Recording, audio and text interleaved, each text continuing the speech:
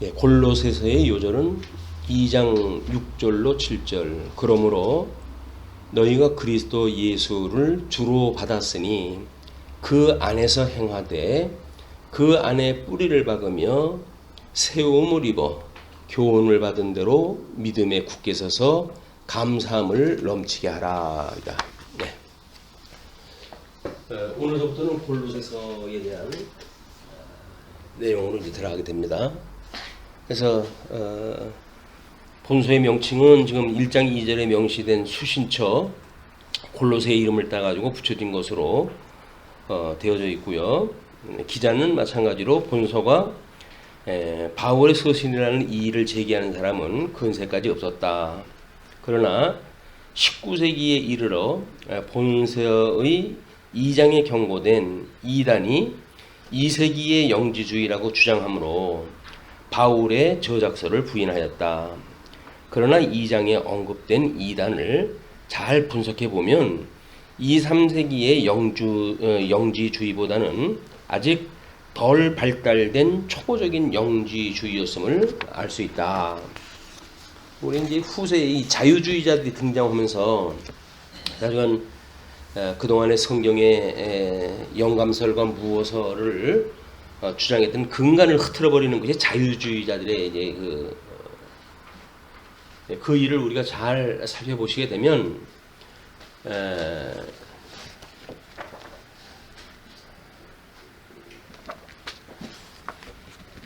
기록 연대에 대해서 골로새서의 기록 장소는 옥중이지만 기록 연대는 불분명하다. 그러나 일부 학자들은 바울이 에베소에 투옥되었을 때 기록된 것으로 보고 있다. 이러한 추측은 어느 정도 타당성이 있다. 하지만 작별 인사 때 등장하는 마가와 누가는 바울과 함께 에베소에 거한 적이 없다.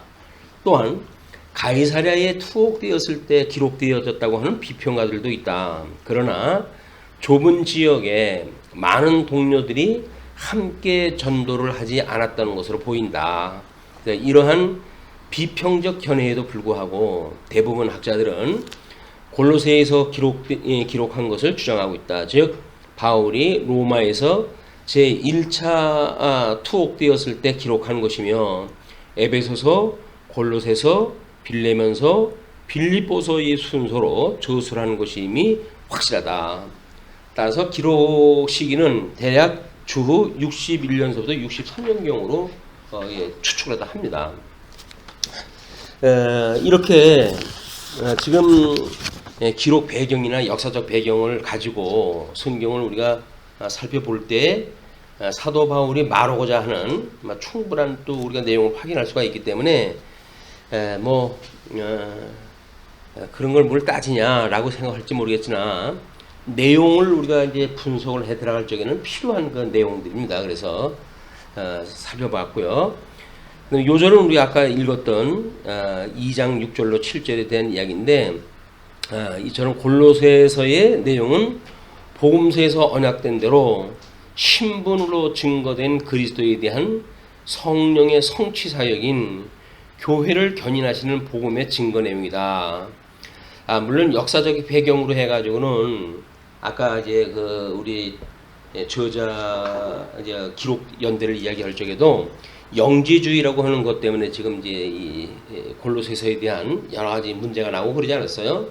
영지주의라고 하는 단순한 그런 그 교리가 아니라 이제 하나님께서 복음에서 언약한 대로 주님의 몸되는 교회를 견인해 가셔야 되는데 거기에 이런 이제 이단자들이 들어옴으로 해가지고 성도들이 가지고 있는 신분에 대한 이런 이제 왜곡 현상이 일어나니까 지금 골로새의 주제를 교회의 신분으로 견인하는 복음이다. 이렇게 우리가 큰 제목을 잡고 가운데 교회의 생활에 대한 부분으로 이렇게 이야기했어요. 골로새서로부터 데살로니가서에 이르는 주제이므로 이 가운데 골로새서는 믿음 중심의 생활이다. 우리가 여러 가지 이제 믿음이라고 한다면 칭의의 복음으로 우리 인도했던 뭐 로마서라든지 또는 십자가의 도를 강조했던 갈라디아서라든지 다 믿음에 대한 이야기가 나왔죠. 근데 여기서 믿음 중심의 생활이라고 하는 그 이야기는 우리가 교회의 생활을 기반으로 했을 때 어떤 그 영역에 속한 거냐, 이런 걸로 이제 우리가 구분할 수 있다는 겁니다. 그래서 예수님 오신 이후에 지상사역을 하셨잖아요. 이 지상사역을 하시고 이제 부활 승천하시고 성령이 오신 뒤에 우리 신약교회에 대한 우리 예수 그리스도의 천상사역을 오신 성령께서 좀 증거하시는 내용이 우리 신약성경의 배경, 기록 배경이란 말이에요. 그러니까는 이 증거라는 이야기는 지금 천상에서는 그리스도께서 이거를 지금 직접 이루신다는 거예요. 이 머리 대신 우리 주님께서 내가 너희를 온전케 할 거야 라고 하는 그 이야기는 몸을 온전케 하신다는 이야기예요. 당신의 몸을.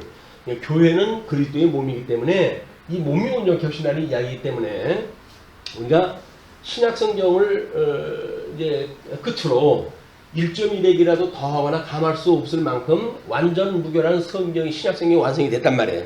이걸 우리가 특별 계신 기록인 걸로 우리가 성경이라고 이렇게 이야기를 하죠. 그래서 성경에 이제 우리 우리 요한계시록이라든지 한 데서도 예언에 대한 많은 부분이 아직 남아져 있잖아요. 그렇다고 해가지고 요한계시록이 특별 계시로서 이 특별 계시로 해가지고 부족한 것이 있는가라고 하는 문제에 대해서는 우리가 단호하게 이걸 아니라고 이야기를 해야 됩니다. 왜냐하면 요한계시록에 예언되어진 내용들, 우리가 지금 있는 일과 장차 있는 일과 그다음에 이제 지금 네가 본 것과 있는 것과 장차 되어질 일이라고 이렇게 나눠놨을 때 장차 되어질 일들이 미래에 속한 일들이에요. 그러나 그 미래에 대한 속한 일들도 전부 지금 21장, 22장으로 가가지고 하나님 나라가 어떻게 완성되어지는 걸 가지고 끝이 났어요. 이제 성도들하고 예수님하고 결혼 문제 이렇게 가지고 해서 요한계시록에서 이미 완성되어진 걸로 끝났기 때문에 이 계시, 특별 계시로 해가지고 성경이 끝난 거예요. 그런데 그것이 지금도 이루어지고 있어야 된다든지 또는 이루어져야 된다든지 이런 것 때문에 특별 계신 성경을 우리가 불신한다고 한다면 그럼 우리가 그걸 믿음이 없는 거예요. 믿음이라고 하는 그 이야기는 하나님께서 이렇게 구약 성경을 통해 가지고 언약하신 대로 우리 예수님이 오셨고 그 예수님이 또한 이제 승천하시면서 이렇게 지상사역을 통해 가지고 약속한 대로 내가 율법이나 선지를 폐하러 줄로 생각지 마라. 내가 이걸 온전케 하는 거야. 라고 하면서 십자가상에서 다 이루었다고 이야기를 하셨잖아요. 그 이야기는 지상사역의 완성이란 말이에요. 그럼 이제 천상사역을 이제 이걸 당신의 몸으로 해서 완성하다 해가시기 때문에 우리는 이 구약 성경의 그런 그 구조, 모형적, 예표로서의 모형과 그림자로 보여준 계시의 내용을 믿는 믿음을 가지고 우리가 이 신약 성경을 믿는 믿음에 이르게 되어지는 거예요. 예수님이 그래서 당신의 몸을 이렇게 온전케 해가신다는 이야기로구나. 히브리서 기자가 온전케 하시는 예수 그리스도를 바라봐라 라고 하는 그런 그 이야기는 특별 계신 이 내용을 가지고 우리가 예수 그리스도를 바라보라는 이야기지. 여기서 계시도 특별 계시도 없는 우리 지금 21세기를 살아가는 우리들이 예수님을 그냥 바라본다고 되는 문제가 아니잖아요. 뭘 바라봐야 되느냐, 어떤 분을 바라봐야 되느냐, 이렇게 당신 머리 대신 주님께서 몸을 온전케 하시는 그분을 바라보라는 이야기입니다. 그래야 이 몸으로 살아가는 성도들의 삶이 지금 어떠한 것인지 우리가 알 수가 있기 때문에 그런 거거든요. 그래서 이 믿음으로 산다라고 하는 이 믿음 생활이라고 하는 그런 그 이야기는 지금 골로새서에서 이야기하고 있는 믿음의 그런 그 이야기는 이렇게 천상에서 당신의 몸인 교회를 견인해 가시는 그것도 생활, 이런 이제 성도들의 삶을 통해 가지고 어떻게 견인해 가시는가 이걸 보여주시는 내용으로 되어져 있기 때문에 이걸 믿는 믿음으로 우리가 이 생활을 하는 것이다. 그렇기 때문에 우리는 21세기를 살든 아니면 지금 초대교회 시절을 살든 다를 게 없어요. 다를 게 없어요. 다만 현대에 이른 역사적 배경이라든지 또는 성경 신학의 진전적 발전이라든지 또는 교리의 변화라든지 이런 걸 더욱 굳게 깨달아가는 과정이지 특별 예시에서 없는 내용을 공부하는 게 아닙니다. 특별 예시에 있는 걸 기반으로 해서 여기서 뭐 역사 신학도 또는 교회 신학도 여기서 전부 거기 성경에 나오는 거거든요. 그래서 성경에 나오는 그걸 가지고 우리가 더욱 성경을 확실하게 알게 되어지고 그걸 확실하게 아는 것만큼 우리가 어떻게 믿음 생활을 다 하는가에 대한 문제예요. 그러니까 성경을 읽으라는 이야기입니다. 그래서 엄한 뭐 역사를 이해하고 이렇게 하는 걸로 이게 해결될 문제가 아니거든요. 답답한 거는 지금도 강대상에서 뭐 이렇게 지금 이루어지는 역사를 가지고 지금 성경이 이루어지고 있다든지 이렇게 하면 성경이 온전히 이루어졌다는 게 아니에요. 지금 성경 자체 내에서 성취되어진 사건이 전부 언급이 되어졌지 거기서 언약한 것이 지금 일어나고 있다고 해가지고 성경에 어떤 성취 사건이 아닌 것이 지금 이루어지고 있는 게 아니란 말이에요. 만약에 그런 걸 오해하게 되면 우리는 특별 계시의 무호성을 우리가 부정하게 되어지는 거다. 이루어져 봐야 알지. 이렇게 되어져 버리니까 그래가지고 뭐 요한계시록을 미래적 해석 방법이니 뭐니 해가지고 이거 뭐 지금까지도 해결돼 안 된 걸로 해가지고 설명을 하고 그러잖아요. 그래서 무천년설이라든가 뭐 이 전천년설에 대한 오해도 이런 계시관의 오해로부터 나오는 거예요. 이 계시관의 오해가 우리 이제 무천년설은 예수님 재림 전에 이렇게 해가지고 재림 전에 이 예수님이 재림하신 이후에 천년왕국이 이루어져야 되지 않습니까? 이걸 우리가 전천년설이라고 한단 말이에요. 예수님 재림 이후에 이게 천년왕국이 이루어지는 걸 우리 전천년설이라고 이렇게 이야기를 한다. 그런데 전천년설로 그동안은 우리가 기독교에서 이걸 주장을 해왔거든요. 그런데 이제 자유주의 좀 신문학이 뭐 물을 먹고 이렇게 하다가 보니까는 아니 예수님이 뭐 구름을 타고 오신다고 하는 이런 옛날 얘기 같은 걸 지금도 우리가 인정을 해야 되느냐. 정신적 부활을 갖다 이야기를 하고 이런 판에 그렇기 때문에 이 전천년설이라고 하는 그 이야기는 너무 이야기가 동화적이다. 이렇게 생각하는 거예요. 성경이 너무 우리를 갖다 뭘로 보고 그 이야기죠.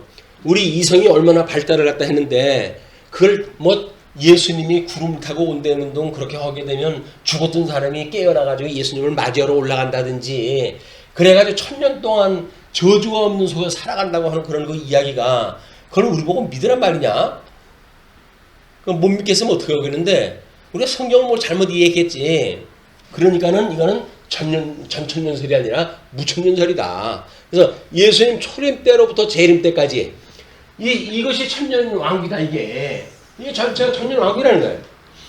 그렇게 해야 지금 우리가 어떻게 이게 살아가는지 이렇게 우리 예수님의 그런 그 저주로부터 그런 노임을 받고 어떻게 살아가는지에 대한 것이 설명된 게 아니냐 그런 그 이야기인데 성경의 그런 그 어떤 논리적인 문맥으로 보게 되면 무천년설을 설명할 적에는 상당히 많은 부분들이 성경적 근거를 제시할 수가 없어요.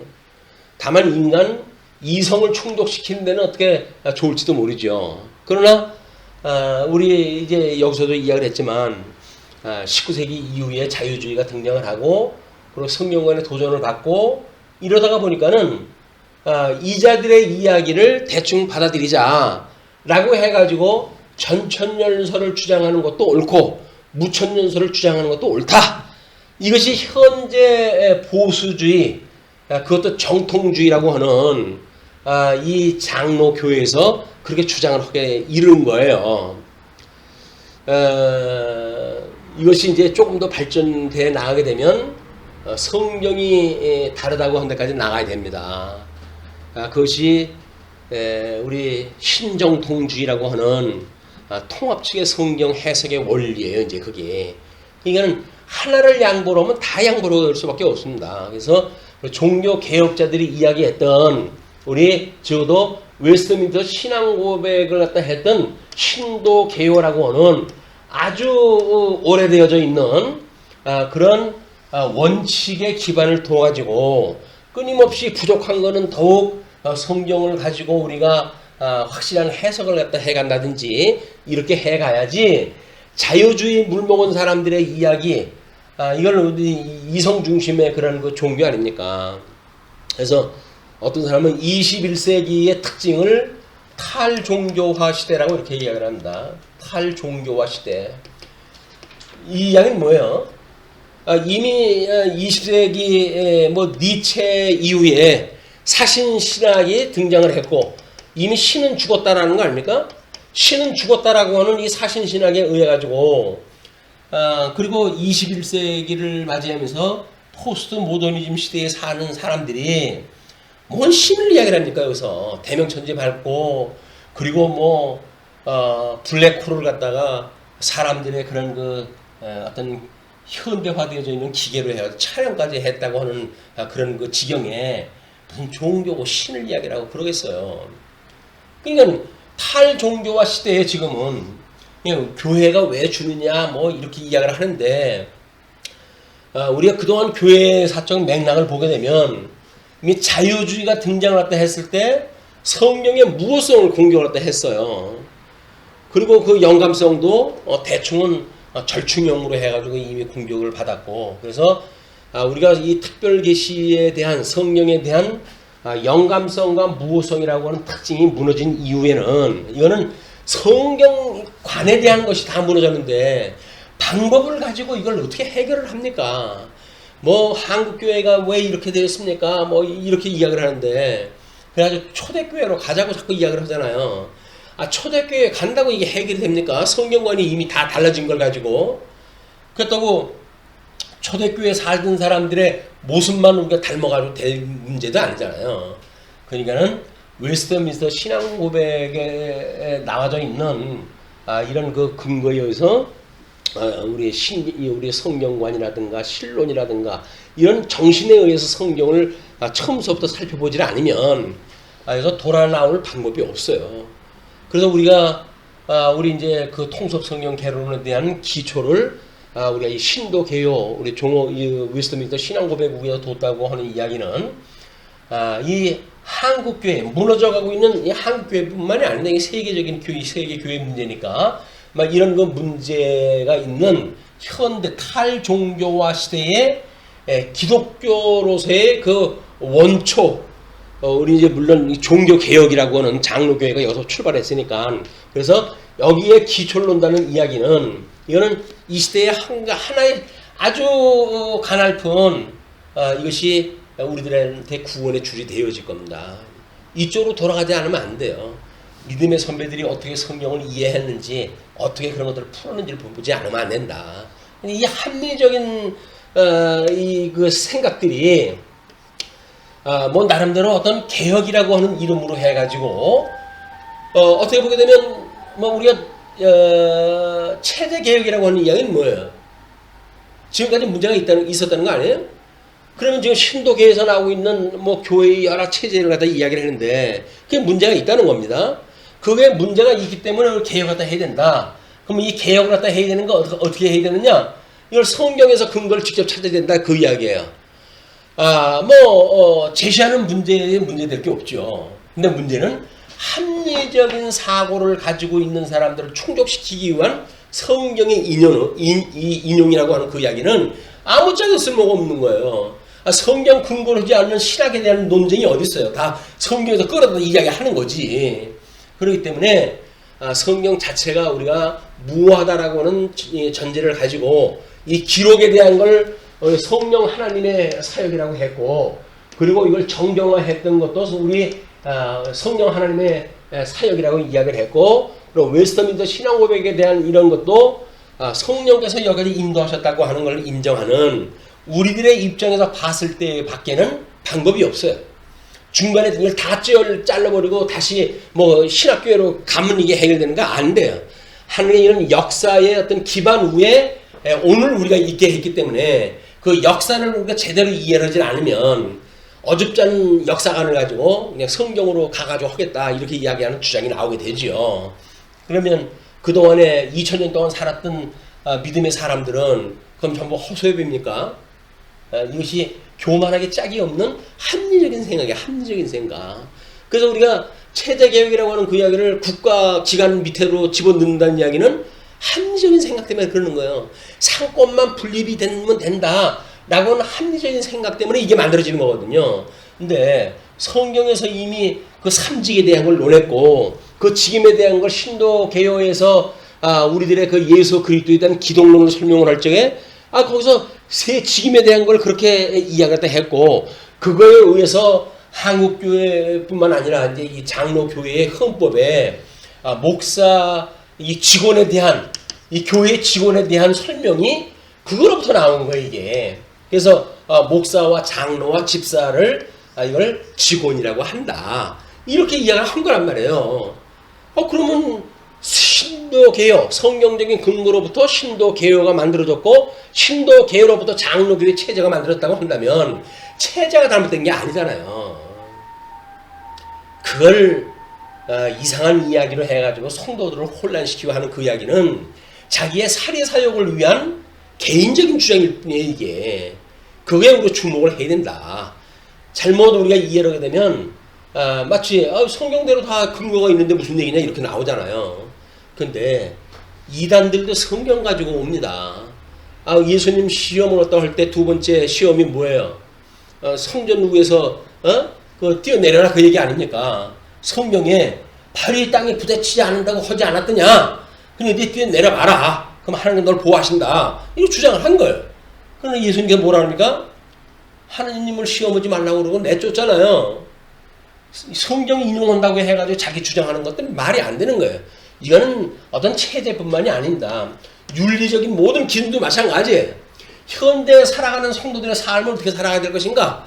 이걸 적용이라는 동 무슨 결단이라든지 이런 걸 가지고 강대상에서 주장을 하게 되면 결단하고 되면은 자기네들이 뭐 필요합니까? 성도들이 성경 읽고 결단하면 되지. 이 체제 개혁이나 윤리라고 하는 것이 개인적인 문제라고 한다면 체제라고 하는 건 뭐예요? 이건 단체에 대한 이야기예요. 이것이 개인 구원이라고 한다면 사회 구원에 대한 이야기, 나라 중심에 대한 그 개념이란 말이에요. 다른 게 하나도 없어요. 원리적으로 보게 되면. 이런 걸 우리가 좀 구조적으로 이해를 해야 오고 오는 세대에게 진리를 전승하는데 내가 확신을 가지고 지도를 할 수가 있고 그렇지. 어영부영 그냥 가다 보게 되면 그 사람 말이 맞겠지 틀릴만 했겠냐 라고 해가지고 이게 탈종교화 시대에 언제 내가 탈종교화 되는지도 모르고 그냥 살아가게 돼요. 그것이 소위 종교화, 종교 생활이라고 했던 이 종교 생활이라고 하는 것도 모양새는 있잖아요. 그래도 하나님의 이름으로. 그런데 이거를 이미 탈자가 붙어버리게 되면 종교 자체가 없어지는 거예요.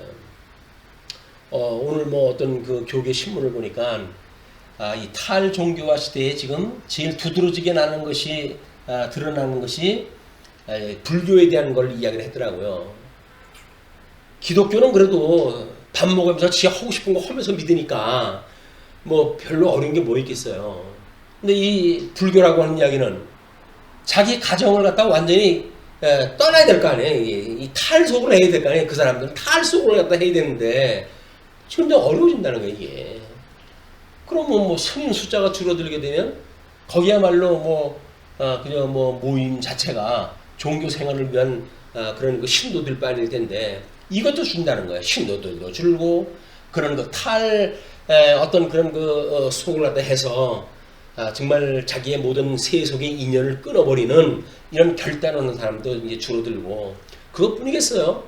오늘 신부라든가 우리 수녀라든지 이렇게 결혼하지 않고 신앙생활 해야 되는 분들 현대 입장에서 보게 되면 어려워지는 거예요. 또 물론 술은 먹어도 됩니다. 어쩝니다 해가지고 그냥 그렇게 탈속을 갖다 그렇게 강조를 안 하니까 대충 세상하고 어울려 사니까는 영향은 적은지 몰라도 마찬가지이다. 근데 우리는 예수님을 믿는다는 이야기는 뭐예요? 이 세상을 거슬려 가지고 여기서 죽고 하나님 나라에 살아야 된다는 이야기 아닙니까? 우리야말로 이 세상을 갖다가 우리가 탈속을 갖다 해야 될 사람들인데 이 개념이 탈종교화 시대의 종교 집단들이나 여기서 지도를 받고 살아가는 모든 종교인들이나 똑같은 거예요. 이 속에서 대충 이렇게 한번 살면 됐지. 뭐 굳이 뭐 천상세계 하나님의 그 나라의 백성으로 우리가 그렇게 지조를 지키고 살 게 뭐냐. 대충 좀 살자. 이렇게 돼버리는 거죠. 너나 할 것 지도자나 뭐 우리 이 군중이나 할 것 없이 지금 이런 시대에 우리가 와 있다. 그럴 때 신앙생활의 골로새서서요. 믿음 중심의 신앙생활이라는 것이 얼마나 중요한지 또 우리 한번 살펴볼 좋은 기회가 된다고 보여집니다. 자, 골로새의 새로운 가르침이 구속자 그리스도 외에 다른 것을 참가시키려 하였기 때문에 바울은 여러 곳에서 그리스도의 완전성을 강조하고 있다. 이거는 그리스도의 완전성이라고 하는 건 성경에 계시되어진 그리스도의 완전성을 갖다 이야기를 해야 돼요. 여기서 부족하기 때문에 뭐 이렇게 성경 바깥에서 그걸 구하게 되면 안 된다. 그리스도인들은 그리스도 안에서 완전하며 따라서 이 완전을 위해 어떤 행위도 첨가해서는 안 되는 것이다. 어떤 행위도 세상에 이치가 이러는데 너희들만 예수 믿는다고 그래가지고 되겠어? 라고 한다고 해가지고 이렇게 합리적인데 우리가 함몰되어지다 보게 되면 이렇게 우리 신령성, 교회의 신령성은 없어져 버리고 그리고 교회의 합리성만 남는 거예요. 연보가 뭡니까? 전기값 내는 겁니다. 아주 합리적이에요. 근데 그건 하나님 앞에 드리는 것이 아닙니까? 자기네들이 쓰지 뭘 하나님 앞에 드리는 겁니까? 말은 맞는 것 같잖아요. 합리적인 생각으로 해서는. 근데 우리 마음을 받으시는 하나님께서 그걸 안 받으신다고요? 그냥 신령성이 배제가 돼버리는 거예요. 합리적인 우리들의 이런 추론적인 방법들은 우리들의 신령성이 떨어져 버리는 신앙생활로 전락이 돼버리고 세속화되어지는 탈종교화되어지는 우리 신앙에 떨어질 수밖에 없다. 우리 차별화를 해야 돼요. 합리적으로 뭐 그냥 하는 것에 우리가 동정을 해나가고 뭐 이 긍정을 갖다 해나가다 보게 되면 언제 그런지도 모르게 우리들도 거기에 빠져버리고 말다. 자, 그래서 바울은 1장에서 인사 감사를 표현한 후에 그리스도의 그 인격과 사업에 대해 상세히 말하고 있다. 예수님은 하나님 자신의 살아있는 형상이며 창조 이전부터 계셨던 창조의 주인공이시다. 그분은 가장 위대한 능력을 가지셨으며 새로운 공동체인 교회를 생겨나게 하시고 그리고 머리가 되셨다. 우리는 그분의 죽음과 부활을 통해 구속을 받았기에 구원을 위하여는 더 이상의 어떤 것이 필요 없다. 그럼 우리는 구원받았다라고 하는 것이 우리들의 신분의 변화 아닙니까? 왜? 여기서 죽었던 우리들이 다시 살아난 거 아니에요? 그럼 죽었던 우리가 살아났고 세상의 시민권을 살던 우리들이 하늘나라의 시민권을 가지고 살아가게 되는 거 아닙니까? 그냥 신분 자체가 이미 달라요. 근데 육신의 몸을 가지고 있다고 해가지고 육신의 몸을 입고 사는 이 어둠의 세상의 것들을 인정을 하면 인정하는 것만큼 우리 천상세계 신앙생활이 이게 빠져버릴 수밖에 없잖아요. 그러니까 이 우리 삶을 부정한다는 이야기가 아니라 이 삶에서 우리가 얼마나 사단의 종로를 타고 있는지에 대한 처절한 우리들의 이 죄성을 깨달아야 하나님이 주셨던 은혜를 우리가 기억으로 다 할 수 있는 거란 말이에요. 여기서 뭐 예수 믿는다고 그러면 우리 육신의 몸을 가지고 사는데 그러면 우리가 그렇게 어떻게 딱 살아요? 물론 살 수가 없죠. 그러니까 살 수 없으니까 죄인이라고 고백하라는 이야기예요. 살 수 있으면 우리가 왜 죄인이겠어요? 죄인이니까 그 죄를 짓고 사는 거 아닙니까? 그러니까 죄인일 수밖에 없다고 하는 걸 고백을 딱 하고 정말 하나님의 은혜가 아니면 안 돼요 라고 하는 걸 끊임없이 우리가 그걸 붙들고 그 복음의 줄을 붙들고 살아가야 되는데 이걸 마땅하다고 생각한단 말이에요. 이게 탈종교화 되어지는 시대에 살다가 보게 되면 아니 우리가 육신을 가지고 있는데 그건 당연한 거 아니에요? 당연한 거죠. 당연한 거라고 해가지고 좋은 거예요? 싫은 거 아니에요? 죄는 모양이라도 버리라고 그러는데 성경에서는 아니 뭐 육신을 가지고 있는데 그거 뻔한 거지 뭐 나만 그렇습니까? 뭐 그냥 뭐 이야기하는 목사는 뭐 그러지 안 그러나요? 라고 이야기도 해가지고 목사가 죄인이라고 자기도 죄 지면 됩니까? 예수님이 죄를 갖다 구원해 줬는데 목사가 죄인이라고 다시 죄를 갖다 지면 되겠어요? 안 되는 거예요. 목사는 목사 가르치는 자가 자기 죄를 갖다 지면 하나님 앞에 지가 뭐 벌을 받겠지. 왜 그 사람을 따라서 내가 이 같은 불구덩이 속으로 들어갔냔 말이야 이게. 시대적인 그 함정이 탈종교화 시대라고 하는 우리 이 사신신학 이후에 포스트 모더니즘의 모든 질서를 갖다 무너뜨려버리고 하는 정말 어떻게 보면 말세 중에 말세 지금 우리가 살고 있는 겁니다. 현대 이런 시대상을 우리가 제대로 이해하는 것이 그리스도를 바라보는 데 우리가 방향성을 하나 제시하게 되어진다. 그래서 이제 2장에서는 바울 자신의 임무, 하나님의 비밀 전함을 언급하고 새로운 가르침에 대한 논의를 제시한다.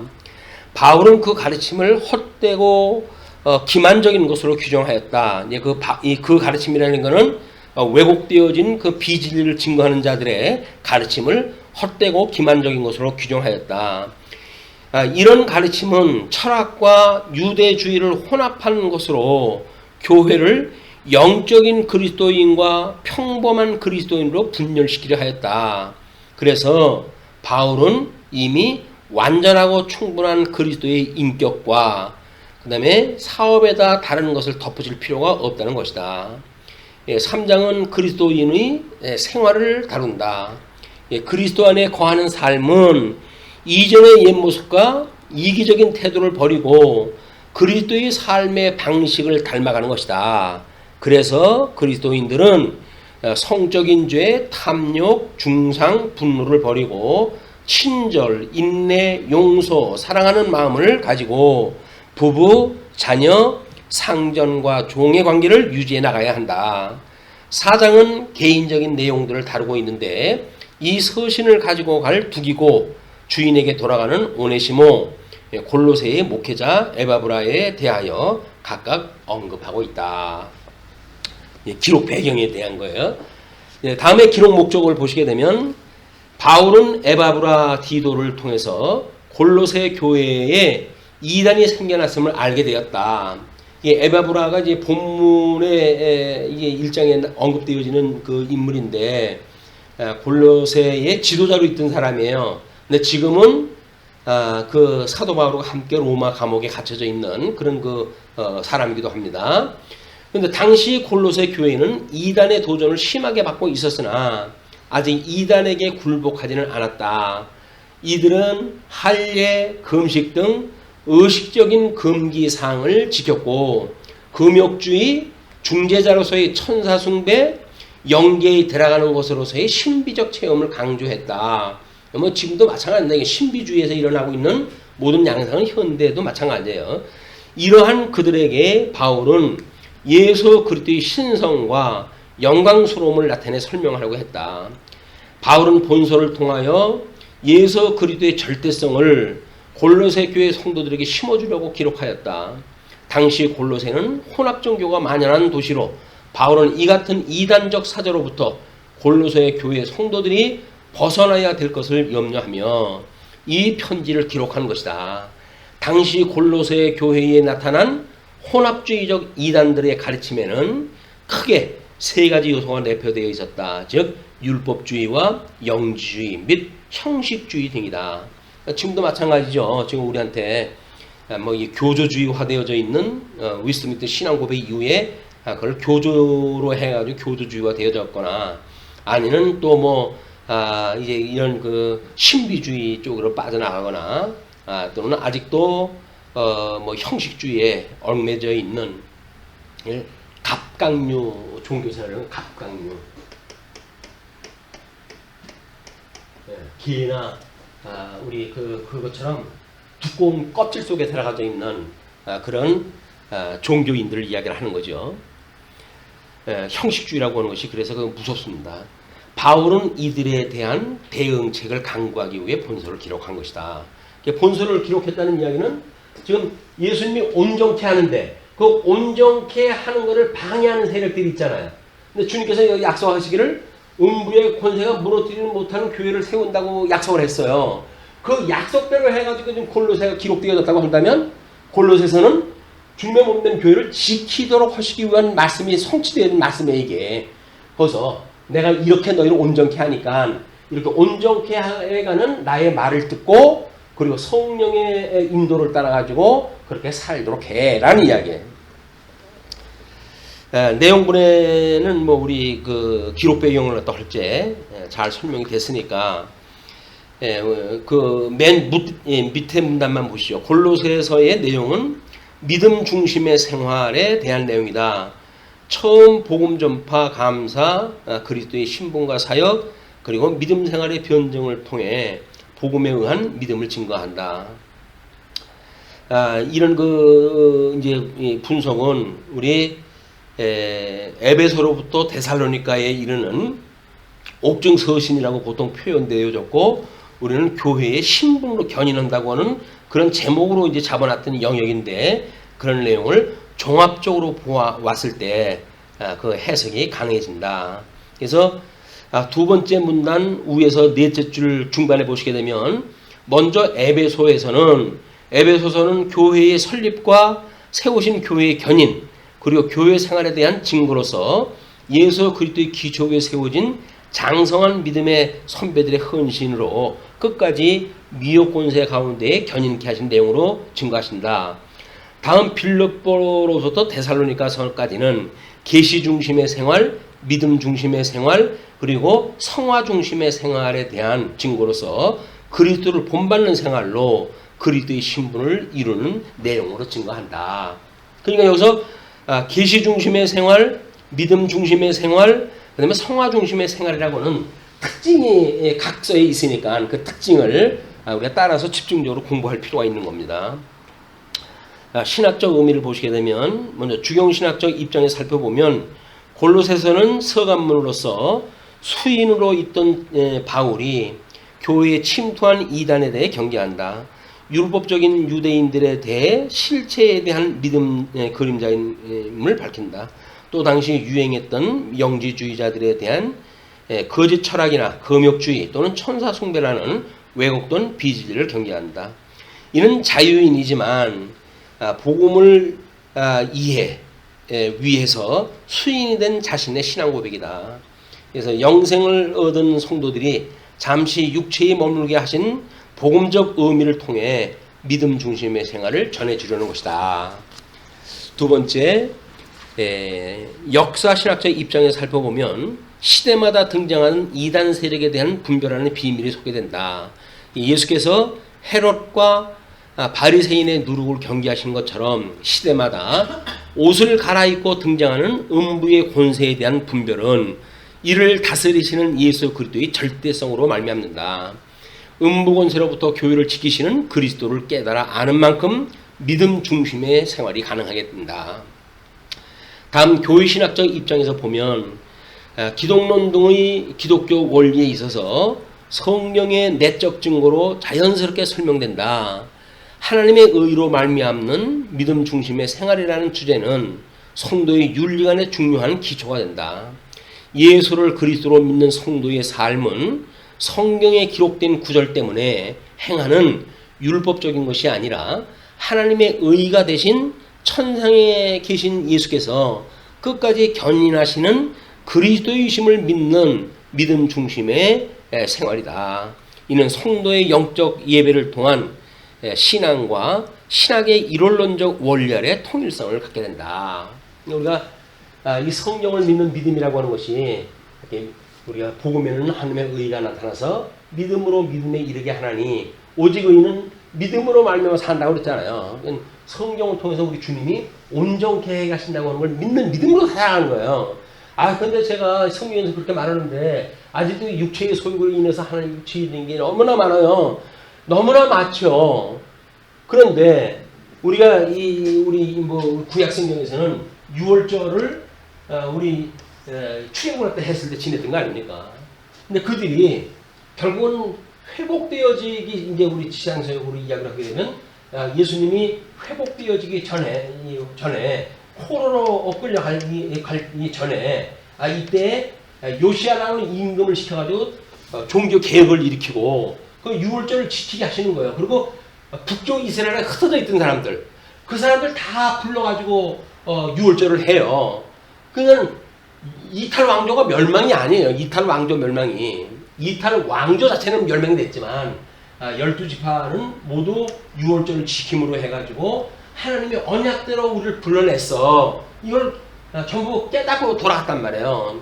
물론 이제 그렇게 해가지고 이제 70년 포로 생활 다 하고 돌아올 때 다시 한번 유월절을 지킴으로 해가지고 유월절을 이게 그 출애굽 때 유월절과 그다음에 절기 때 지키는 유월절을 이렇게 중앙에 주님께서 섭리하셨던 것처럼 예수 그리스도로 말미암아 세례를 받은 모든 성도들은 끊임없이 우리 성례를 통해 가지고 이걸 기억하는 거 아닙니까? 죽었던 나를 살리셨죠. 그걸 기억하는 일이 성례란 말이에요. 세례와 이게 우리 성찬이란 말이에요. 그러니까 우리가 물론 1년에 2차례는 교회 성찬도 그렇지만 하루 세 끼 먹는 식사가 전부 이거 아닙니까? 우리 주님을 기억하는 일들이란 말이야. 생명의 양식이 되시는 주님와 우리들의 그런 그 음료가 되시는 주님, 때로는 우리들의 그런 그 십자가의 도를 갖다가 전하시는 주님, 이거 전부 이게 이거예요. 먹고 사는 거 전부 그것 때문에 먹고 사는 거예요. 먹고 사는 게 왜 먹고 사는 거예요? 살려고 사는 거 먹고 사는 거 아닙니까? 그러면 예수를 믿고 우리가 말씀을 먹고 사는 건 왜 먹고 사는 거예요? 이게 영원한 세계에서 살기 위해서 먹고 사는 거죠. 이게 일반 생활이나 우리 신앙생활이나 이게 원리가 같다니까요. 그래서 여기서는 기름진 음식 먹으면은 그냥 그걸로 만족하고, 그리고 일용할 양식은 대충 먹어도 문제가 없다고 한다면 이혼론이 이미 된 거예요. 그러면 영적으로 신령한 그런 그 양식을 정말 꿀같이 단 양식을 먹고 싶다. 이것이 이 성례를 통해 가지고 예수님을 기억하는 방식들이다. 자, 그 다음에 이제 끝으로 앞에 이론적인 신학에서 설명된 대로 친히 이루시는 실천 신학적 입장에서 보면, 이제 그 주님의 몸된 교회를 친히 이루시는 실천 신학적 입장에서 보면 믿음으로 믿음에 이르게 하시는 믿음을 갖게 한다. 범사를 하나님의 의로 말미암음을 믿는 믿음으로 하나님을 배우고 깨달아 알아서 경외하게 하시기 때문이다. 이게 거기 이야기야. 성례를 통해 가지고 그럼 하루 세 끼 먹는 일상을 통해 가지고 일용할 양식을 주시었고라고 하면서 그래가지고 우리가 끊임없이 우리가 우리에게 죄 있는 자를 사해 준 것처럼 우리 죄를 사해 주시고 우리를 시험에 들게 하지 마시고 우리를 악에서 구해주세요. 라고 왜 필요해요 이게? 아직도 육신을 가지고 있기 때문에 필요한 거 아닙니까? 그거 기도하면서 하라는 거예요. 그래서 주보에다 기도에 대한 거를 소개를 해드렸는데, 우리 하이델베르크 교리문답에 그렇게 물어봐요. 왜 그리스도인들은 기도를 갖다 해야 합니까? 라고 얘기하면서 기도란 하나님께 드리는 우리의 가장 큰 감사이기 때문입니다. 죽었던 사람 살려줬으면 그거밖에 더 큰 게 어디 있어요? 감사가. 백골난망입니다. 이제는 제 2의 인생을 사는데 이제부터 나의 인생을 살지 않고 여기서 세상에서 살려줘도 그러잖아요. 이제 남을 위해서 사는 삶을 살겠습니다. 이렇게 이야기를 하지 않습니까? 그럼 죽었던 나를 살려주셨는데 그러는 건 보따리 내놓으래. 맨날 여기서 보따리 내놓으라. 죽은 물에 빠진 사람 건져냈더니 보따리 내놓으라고 우리 조상들이 잘 말했잖아요. 복음적인 이야기. 예수님으로 인해 새 생명을 얻었는데 그럼 감사해도 모자랄 판에 뭘 자꾸 보따리를 내놓으래. 참 이걸 웃어야 할 일인지. 이게 심판 코미디들이 이게 기독교와 전부 코미디가 돼버린 거예요 이게. 우리는 죽었던 몸이 살아났기 때문에 그게 전부 감사한 일이에요. 그래서 또한 하나님께서는 은혜와 성령을 계속해서 간절히 구하며, 그죠? 하늘의 뜻이 이 땅에서 이루어지기를 구하고 일용할 양식을 구하고 응답해 주심을 믿고 감사하는 자들의 기도를 들어주시기 때문입니다. 그 이야기는 뭐예요? 죽었던 나를 살리셨으니까 이제는 성도로서의 합당한 믿음에 합당한 생활을 할 수 있게 해주세요 라고 하는 것이 나머지 우리들의 기도예요. 거기서 근데 왜 우리들의 그런 그 세상사에 대한 건 구합니까? 그건 왜 구하는 거예요? 시험에 들지 않기 위해서 우리가 구하는 거예요. 그거는 그거 만약 그것 때문에 우리 시험에 들게 되면 주님이 못 믿을 거 아닙니까? 그러니까 주님 저 방해받지 않도록 선한 일을 하는데 이것들이 나를 공경을 해오는 걸 이런 식으로 공경을 해오네요. 그러니 저로 하여금 시험에 들게 하지 말아주세요. 그 이야기는 뭐예요?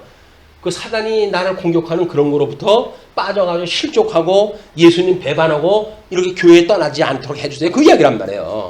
그러니까 하나님을 위한 믿음을 위한 생활을 위해서 우리가 일상도 구하는 거지, 일상을 내배를 위해서 구한다고 한다면 보따리 내놓는 이야기랑 똑같은 거란 말이에요. 야, 그래서 이제 베드로의 신앙 고백 후에 음부의 권세가 무너뜨리지 못하는 이제 그렇게 믿음을 갖게 한다. 그리고 범사를 하나님의 의로 말미암음을 믿는 믿음으로 하나님을 배우고 깨달아 알아 경외하게 하시기 때문이다. 오직 창조하신 자의 형상을 조차 지식에까지 이른다. 따라서 예수 그리스도를 믿음으로 위의 것을 찾으며 우상 숭배인 탐욕을 버리게 된다. 주님께서 그렇게 해가신단 말이에요. 성도는 새로운 피조물로서 영적 예배의 삶을 살게 된다. 통섭 성경개론에서 밝힌 커다란 신학적 이론인 성경 해석은 승리를 향한 형식적 구조와 함께 내재하시는 주님을 믿는 내용 중심의 구조를 포괄한다. 이는 확인된 신존재에 대한 초월 신간에 머물지 않고 내재하시는 임마누엘 하나님에 대한 믿음을 갖게까지 한다. 이는 베드로의 신앙 고백 후에 음부의 권세가 무너뜨리지 못하는 교회를 세우시겠다는 주님의 말씀을 이루시는 능력의 섭리이기 때문이다. 이러한 하나님의 속성에 대한 지식은 가치론적 입장에서 실천신학 한 분야인 기독교 윤리에 기초가 된다.